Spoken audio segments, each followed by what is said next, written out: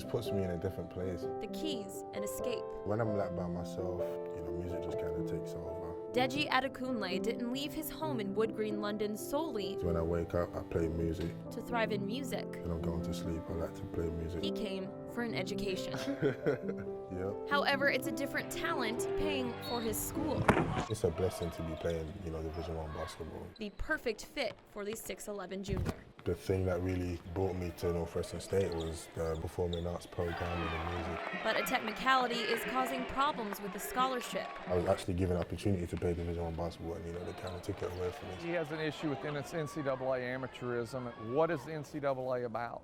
They're supposed to be about student athletes and them finishing a degree. It's not his fault that he is not playing. A stateside prep school Deji played for folded, and with an ocean separating him from his home, choices were limited. He was living basically on the streets for 30 days, sleeping in 24-hour fitness places, no food, no nothing. And he was just stranded at 18 years old, 19 years old over here. After finding a home at Northwestern State, hard times seemed a thing of the past. But the NCAA is voiding Deji's scholarship in his final year because of his time at prep school. That's what even makes it tougher, because you know the struggle that he's gone through to get himself in a position to better himself and get an education, and he doesn't get a year back. With his family's full support back home, Deji puts his trust in the journey. I'm here for a reason. His heart in his work. I'm just here, you know, trying to do what I need to do. And his faith in the future. You know, to get where I need to go, and hopefully God, you know, God leads me in the right path and everything goes to plan.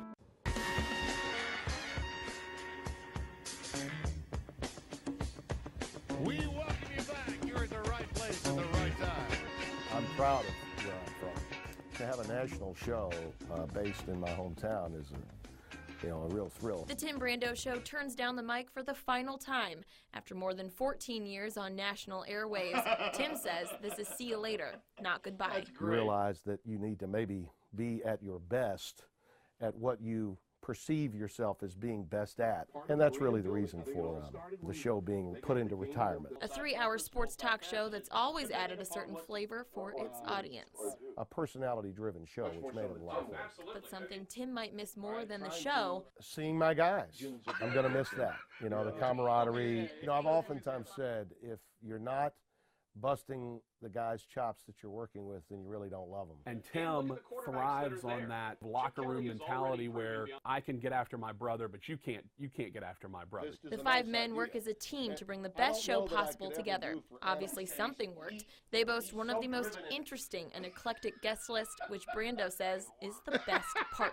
I once had a combination of an Alabama rookie defensive lineman on the air with Larry the Cable Guy. And in their last weeks on air, they had a very familiar voice. Bob, it's so good to have you on. How in the world are you? I'm splendid. That bring in icons like a Bob Barker is truly a thrill. How good was that? Besides the show's charisma and enthusiasm, these local guys are just happy they were able to represent their hometown for as long as they did. To be able to come into this space and every day be able to say Shreveport, Louisiana, and make Shreveport relevant, I think it puts Shreveport on the map a little bit. And they are grateful. Absolutely. Tim Brando on Sirius XM, College Sports Nation, Channel 91. We have a Play Like a Girl segment, Mother's Day edition. Evangel Christian Academy is known nationwide thanks to their storied history with athletics. At the head of that department is a very special woman. She only has one biological child, but hundreds call her mom. Hey, Dajay. Hey, Miss Becky. You doing all right? I'm doing good. How about you? Good, good. Whatever you need, she's always a call away. Miss Becky Garcia, I couldn't do my job without her. She's truly a blessing to this whole entire school. She's our most valuable player. Isn't that great? Sometimes it's a thankless job, and she comes in with a smile on her face every day. On game day, we're really busy. Her whole life is about what can she do for these kids. Hey, baby. Evangel's athletic director doesn't go by the typical Miss or Mrs. It's Mama Becky, because I'm always here for him, always will be. Her position oversees the 14 sports at Evangel, a job description she's rewritten. I've been there for those boys when they needed a ride home.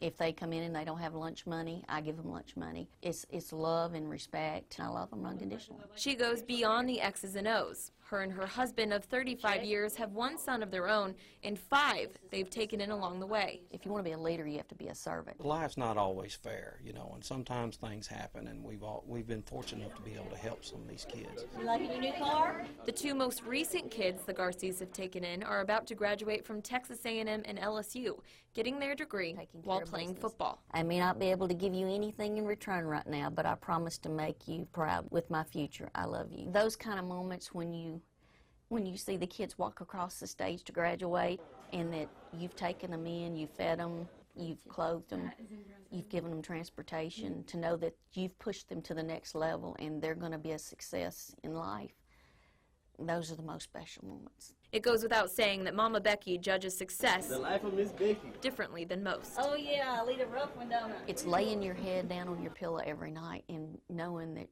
you've lived such a fulfilled life during the day. Well, after hanging out with her so much, I think I started calling her Mama Becky too. So happy Mother's Day to you, Miss Becky Garcia. They won their 92nd straight game in a row tonight. In our 2nd consecutive unbeaten season, we won our 4th championship.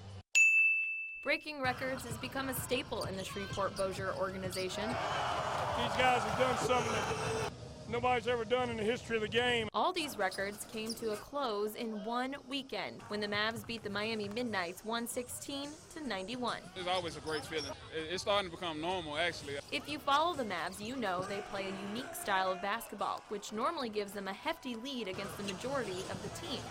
It all starts from their leading man, head coach Steve Tucker. He's as passionate in practice as he is in the game. I mean, he's just a student of the game. He knows the game from start to finish. He's the best coach in the country. With 4 big trophies to prove it. But if you ask Tucker how this team has been so successful, he modestly passes the buck. These amazing players back here who make it happen. They're a very special group, and I'm just fortunate that they carried me along for the ride. We always yell out every day, one team. We're one team, 4-time champs. We're happy to be here. So happy to be there. As a matter of fact, they're already looking to the future. It's an amazing ride. We want to keep this journey going, and we're going to celebrate this win for a couple of days, maybe a week, and then we're going to be on the Strive for 5. The Strive for 5 will be on. Nothing wrong with looking ahead, because now, when they look back, they'll see a picture-perfect season. Kamady Rudd, NBC6 Sports.